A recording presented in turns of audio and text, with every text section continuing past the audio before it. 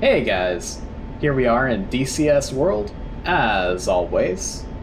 And I'm sure if you guys are like me out there, you wanted to hop onto DCS world as soon as you possibly could after the new open beta update to take a look at the brand new air-to-ground modes for the HMD in the F-16C Fighting Falcon. But just like me, I'm sure you guys ran into some kind of frustrating bugs that have popped up with the most popular use case in my estimate for the air-to-ground mode of the HMD of the F-16. And that is the same use case that we use the air-to-ground modes of the HMD and the FA-18 for all the time and use it very effectively in the FA-18. And that is simply being able to look at a spot on the ground, queue it up for your targeting pod, get a really nice accurate picture with your targeting pod, then drop a laser guided bomb or a JDAM in TOO mode onto it. In the F-16, unfortunately, there are some extra steps, and right now there seems to be a bug in that extra step that makes it even more difficult and even more frustrating. So I wanted to bring you guys a PSA to show you a pretty easy workaround to get the system in the F-16 to work correctly. If this is not in fact a bug in the way the F-16 actually works in real life, I would be really surprised, but if somebody knows out there, please let me know in the comments section down below. I definitely want to know that, but I'm sure that F-16 pilots would be very frustrated if this is a real thing in the actual jet. So first thing we're going to do is we're going to attack a target down here on the ramp at Aleppo International Airport. So let's go ahead and start a little bit of a bank, so that way we're kind of circling the airport here, so that way we can most effectively use the air-to-ground mode of our HMD. Alright, first thing we're going to do here, of course, we're going to turn on our HMD, make sure that it is on and good to go. Perfect. We're going to go to air-to-ground mode, and we're going to get rid of our FCR, and we're going to open up our TGP. We'll go ahead and select our GBU-12 and we'll go to CCRP mode for our GBU-12. Now, as you guys know, our SOI at the moment, if we look at our HSD, is steer point 1, which is way over here. In the FA-18C Hornet, we can simply look at our target, press TDC to press, and then boom, our targeting pod is going to be looking directly at that point, at that new sensor point of interest that we just created. Now, in the F-16, unfortunately, things, like I said, are a little bit more complex, and we have a little bit of a process we have to go through, because we have to actually create a mark point for the targeting pod to actually look at. Now, this is where that weird and annoying bug seems to come from. So let's see if we can work through it together. So we're in air-to-ground mode. Let's get our laser arms, so that way we can have that good to go, and we're going to go to mark, and we can see that we'd have no symbology for a mark point on the HUD, even though our mark is set to HUD.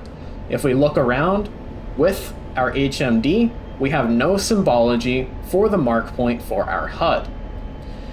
You can actually set a mark point like this using the same switchology that was described in Matt Wagner's tutorial video when he first showed off the feature. That is TMS forward long to set the mark point to the aiming cross of our HMD, go TMS up short and TMS up short again to set a mark point, and then you have the targeting pod can look at that mark point, find the target easily, drop your LGB, your JDAM, whatever it is. However, that's very, very difficult, and you kind of have to trust the system if the improper symbology is showing on your HUD. Now, the way we fix this is when we use the up-down arrows to make sure that we have the asterisks for our Dabra centered around HUD here, and we press sequence to sequence through all the options until we get back to HUD.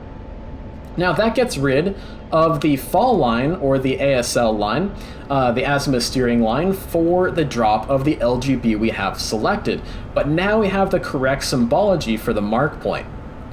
We can then look out to the side, and we know that the bug is not present and everything is working as advertised if we have the mark point reticle with an X through it when we look out to the side of the HUD.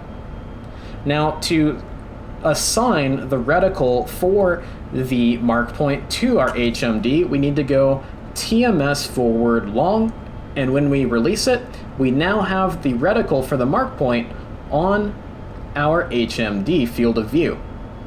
We can then look at the ramp area down there, go TMS forward short, and we're going to look at our target, TMS short again, to lock that point in as a mark point. We know that the mark point is locked in when we can see lat, longitude, and elevation information here. We then need to hit return, go to steer point, 26, enter, and we can see that the ASL, the azimuth steering line for our weapon release, is now back on our HUD, so that proper symbology is ready to go. And we can see that our targeting pod is now looking directly at that mark point. At this point, now it's the same as everything we've done before. We set the TGP as the sensor of interest. We can then put it over the top of one of these bad guy jets. Point track, and then boom, we're ready to go. We're ready to drop a JDAM. We're ready to drop a laser guided bomb on it very, very accurately. Much more accurately than in visual mode using the helmet mounted display. Now, to just kind of reiterate here and to kind of make sure that you guys are tracking with how to fix this bug to get the proper symbology on your HMD and onto your HUD. Let's say we want to set a new mark point. We just say mark. We now have to sequence through the different sensors to actually set the mark point. We know that the symbology is correct when we have the reticle X'd out on our HMD, TMS forward long, TMS forward short to ground stabilize it, so that way we can move it around with our TDC if we so choose. TMS forward short again to lock it, then return, steer point to 7 for the new mark point, and boom, now our targeting pod is now looking at that mark point.